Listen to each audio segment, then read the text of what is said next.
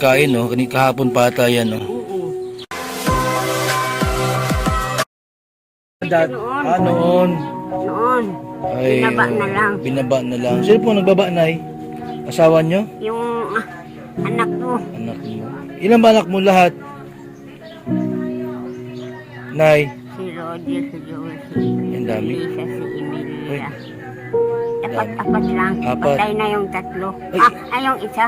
Isa, Yung tatlo ang na natira. lang. Nasaan sila ngayon? Sa Manila. Ganon. Nay, gisingin na si apo mo? Napainom ko kagabi ng yung Gamot? nerba. Oh. 1/4. O Ngayon, tulog pa siya. tulog pa rin ngayon? Hindi man nagkakain. Yun lang gatas na may nerba ang nainom na.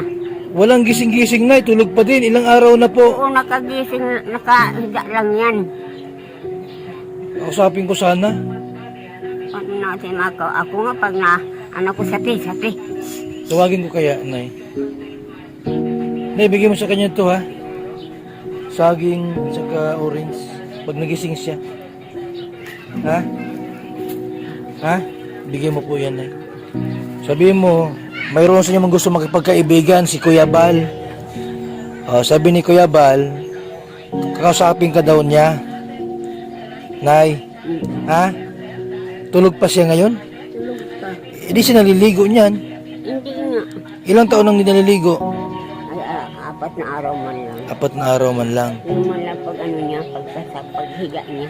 Ba't hindi siya, baka may sakit, mayroong nararamdaman? Hindi naman matanong. Kasi sati. Mahalaga na gumaling ang apo mo at kawawa naman. Nangagaling niya, basta nanggagamot. Opo, gagawin natin yan. Kasi kung napanood mo na sa isang telebisyon, sa real time, ganyan din kaso, Nay. Si Jeneline, pinagamot ko din po sa hospital. Paglan. Gumaling na, Nay. Ngayon malakas na siya at nakakausap na natin. Gumaling, Nay. Nakausap lang po. Tutulong din po ng ilang mga personalidad na nilapitan po natin. Nakahiram kami ng ambulansya. Tapos dinala doon sa pagamutan. Pagbalik baga na okay na. Ngayon mataba na siya. Yan, baka sakali na maisalba pa natin ang buhay niyan. Gumaling pa siya sa kanyang sakit. Depression niya na yan. Baka kung na-stress niya. No. Hindi ba nagkaroon ng boyfriend niya, Nay? Hindi nagka-boyfriend yan? Ha?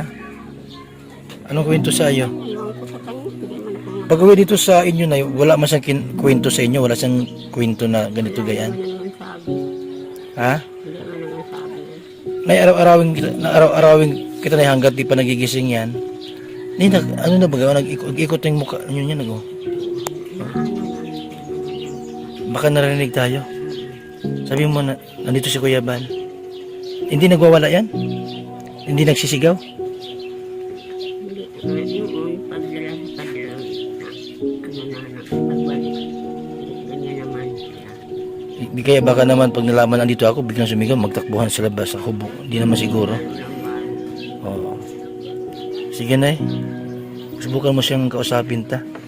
Grabe na yung bahay niyo po. Dapat nating paggawa ito, Nay. Yan ang bahay niyo po, Nay. Saan ka natutulog, Nay? Saan ang higaan mo?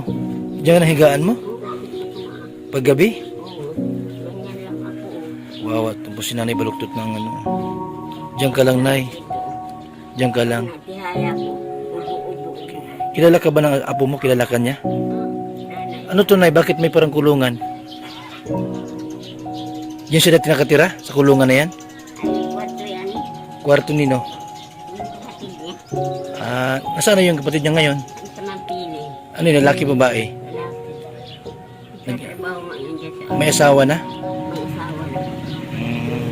Taga-Aklan. Maasawa. Nay, baka mayroon kang apo dyan na pwede nating utusan. At silduhan natin para maalagaan tong apo mo. Pero wala man kasi ang yung asawa niya. Pwede yun. Kusapin ko kung payag siya na alagaan yung apo mo tapos dalhin ta sa ospital. May paggamot natin. Mauwi yun dito na tanghali si Ruel. Pakisabi mo sa kanya, Ito nakain. Nay. Nakain nga ako. Pakisabi mo sa kanya, ha? Tapos kung pwede ko siya makausap, babalik ko bukas ng ganitong oras. Si asawa o si lalaki. Yung pwede mag-alaga sa apo mo. Babae dapat. Sasabihan. O kasi alas 10, ganitong oras na alas 10 din. May babahay man kasi sila doon. May aso na may pusa. Di yung kung sino pwedeng, maghanap siya kung sino pwedeng tumulong dyan sa apo mo na maalagaan para may paggamot natin at maging maayos yung kanyang buhay. Ano po?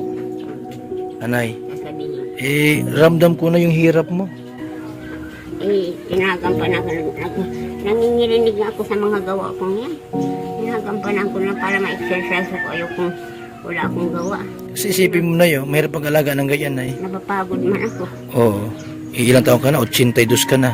80 sa July 10. 80 sa July 10, isipin mo yan, 80 ka na, mayroon ka pang